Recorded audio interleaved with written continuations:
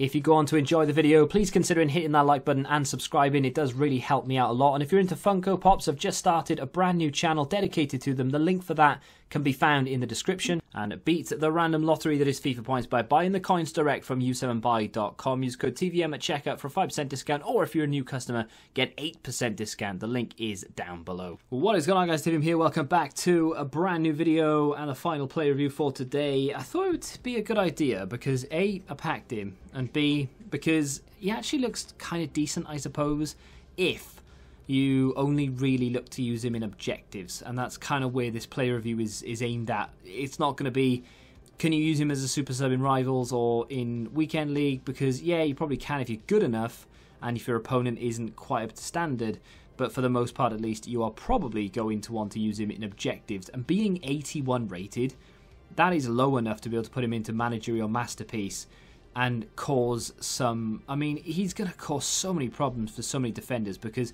obviously in Managerial Masterpiece, in fact, in my experience, obviously this may be different for you, but in my experience, going into Managerial Masterpiece, people tend to put like a relatively good goalkeeper in there, but nothing too crazy. The defense is normally just trash. A lot of Nathan Ake's, that kind of thing, you know, low 70 rated cards, just to keep the rating down, and then you see the Mbappes and the icons and stuff come out sort of midfield onwards. So when Totw Daka is bearing down on, I'm trying to think of someone that, you know, maybe Nathan Ake or something, you know, when he's bearing down on a low rated centre-back, he's going to be able to tear right through them. His dribbling, his pace, his shooting, he's going to be able to beat the goalkeeper. His strength should be good enough. It's one of those cards that I think if you play him against the lower rated cards in objectives, you are going to cause mayhem.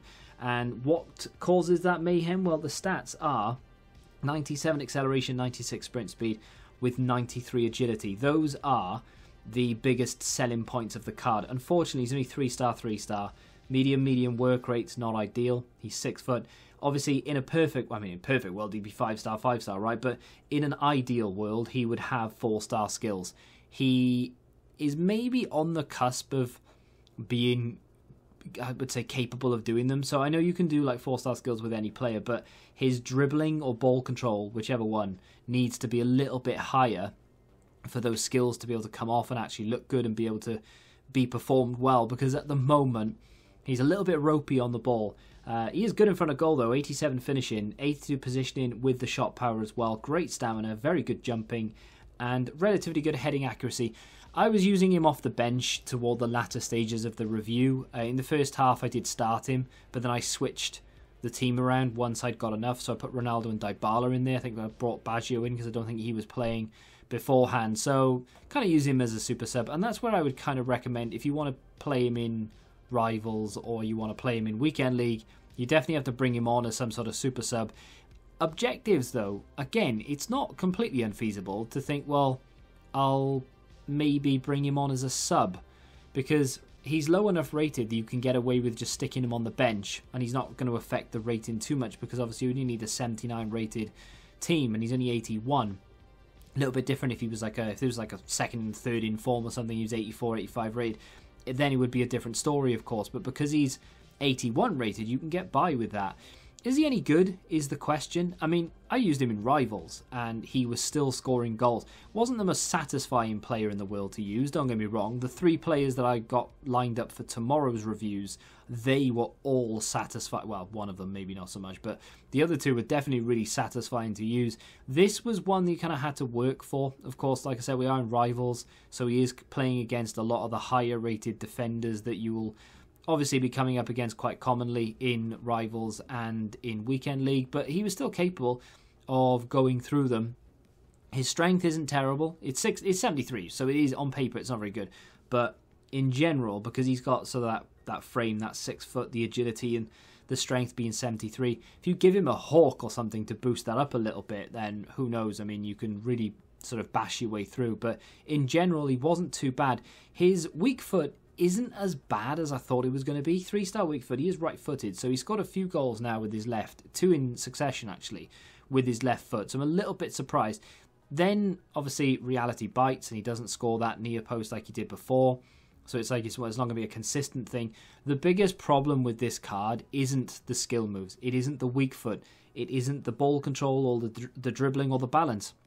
The biggest problem with this card, and you've guessed it, it's the composure. He is just hot and cold. You just don't know what version of Totw Daka is about to take a shot. And that is the biggest problem with this card.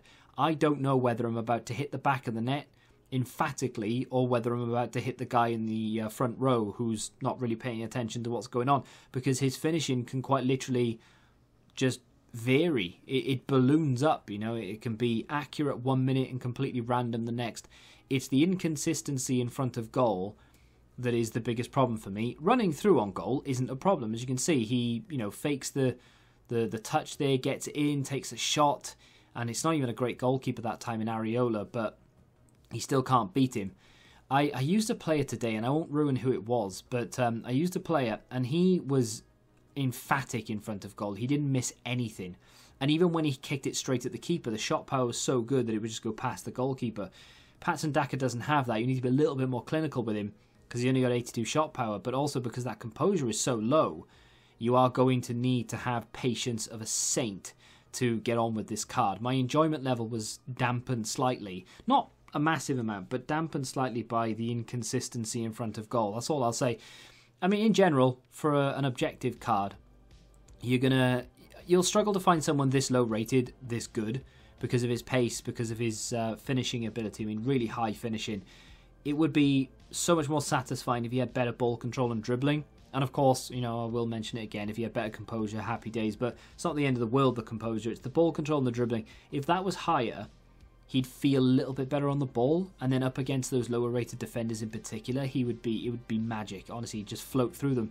Unfortunately, it might be a little bit of a challenge here or there, but still, I would say a very good super sub. Someone who isn't going to affect the rating. Someone's going to come off the bench with pace, with finishing ability as well against these lower rated cards. Like, bearing in mind, like I said, I mean, I played him in Rivals, and he's up against Varane, he's up against Van Dijk, he's up against Gomez, and all these birthday cards, Hermoso, I think I played at one point. So there are a lot of really good defenders on show, and he did score against some really good goalkeepers. So don't let it put you off. And this, I mean, price-wise, 11k.